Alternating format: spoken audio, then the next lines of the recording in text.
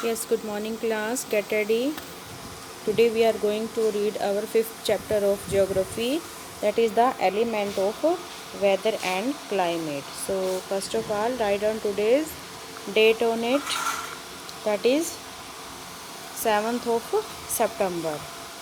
Yes dear students, in this lesson we will main focus on climate, heat zones and factor affecting temperature.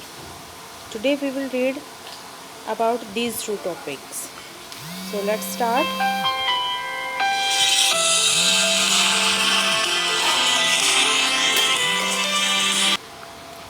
So let's start to read it. In this chapter, we will read about the elements that make up weather and climate. We know that both weather and climate influence many different aspects of our life, like environment, economic activities and lifestyle. तो आपको पता है बेटा, weather और climate जो हैं वो हमारी लाइफ की बहुत सारे एस्पेक्ट्स को इफ़ेक्ट करते हैं, जैसे कि एनवायरनमेंट, इकोनॉमिक एक्टिविटीज़ या lifestyle. Now let we read about the weather. When we talk about the weather of a place, we refer to the condition of the atmosphere of a place over a short period of time. So dear students, weather क्या है, जिसे हम normal भाषा में मौसम कहते हैं, कि एक जगह का थोड़े से टाइम का जो कंडीशंस होती हैं एटमॉस्फेयर की, जो चेंज होती हैं बार बार, these are called weather. Conditions like temperature, air pressure, humidity, rainfall, cloudiness, speed and direction of the wind come under weather. It is very dynamic and can change rapidly. तो dear students, कौन सी condition atmosphere की, जैसे temperature का घटना बढ़ना, हवा का तेज़ होना, रेनफॉल होना, अचानक से क्लाउड हो जाना, स्पीड, इस तरह की बहुत सारी चेंजेस होती हैं एक डे में. तो ये सारी किसके अंडर आती हैं? They are comes under weather. Now come to the next topic, that is climate.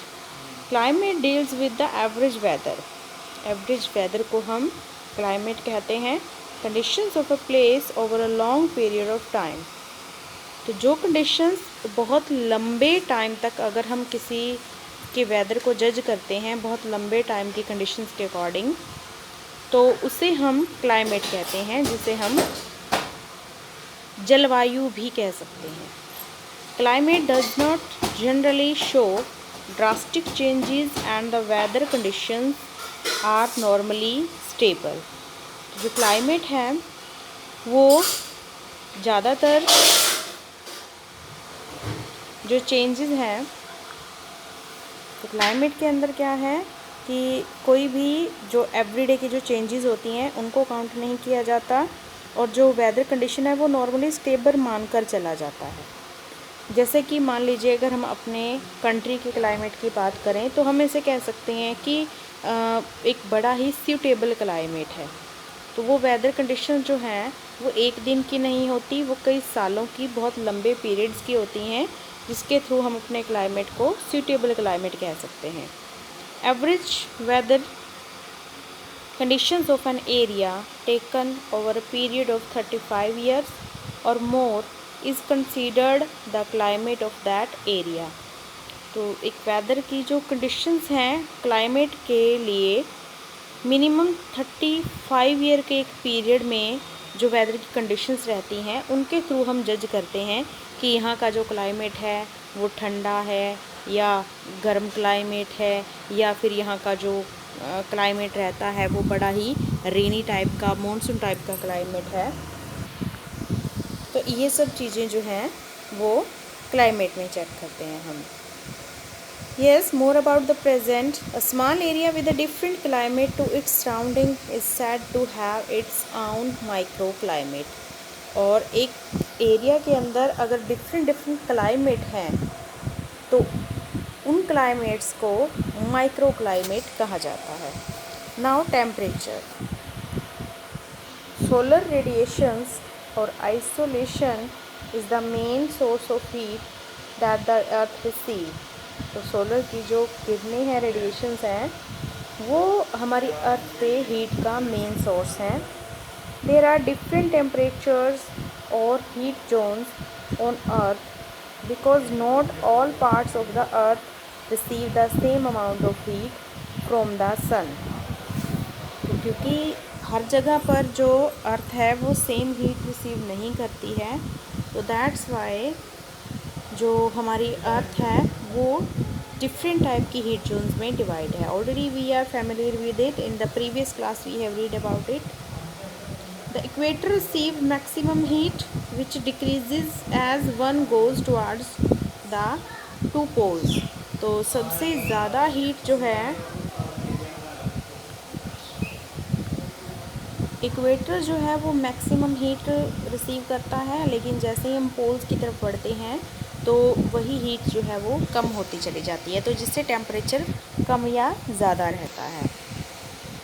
You can see it in this picture also.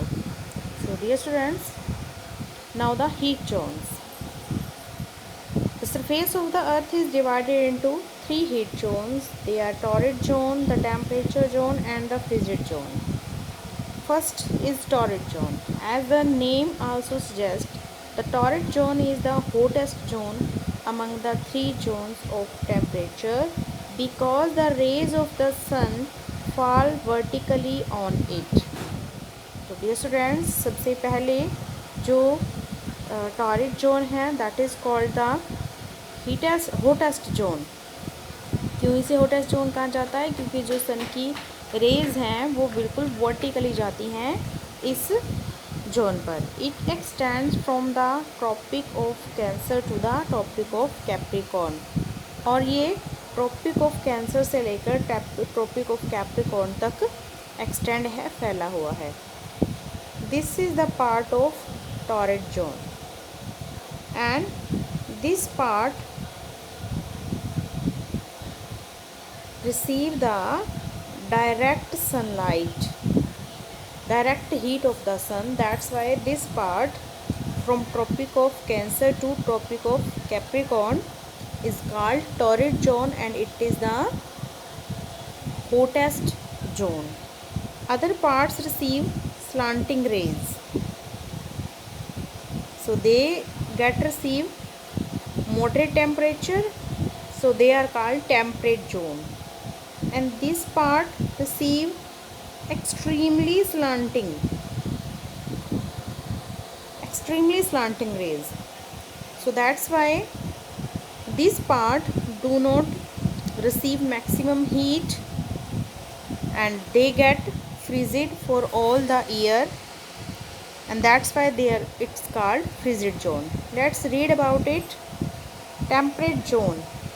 The temperate zone is neither very hot nor very cold. In the northern hemisphere, it lies between the Tropic of Cancer and the Arctic Circle. On the other hand, in the southern hemisphere, the temperate zone extends from the Tropic of Capricorn to the Antarctic Circle. Let's see. Tropic of Cancer to Arctic Circle and Tropic of Capricorn to Antarctic Circle. Now the frigid zone. The frigid zone is the coldest zone because the sun's rays that reach the polar regions are slanted. The area between the Arctic Circle and the North Pole, Arctic Circle and the North Pole, this area, and the North Pole in the northern hemisphere and the Antarctic Circle and the South Pole in the southern hemisphere fall under the frigid zone. And in the next period, next time, we will read about the factor affecting temperature.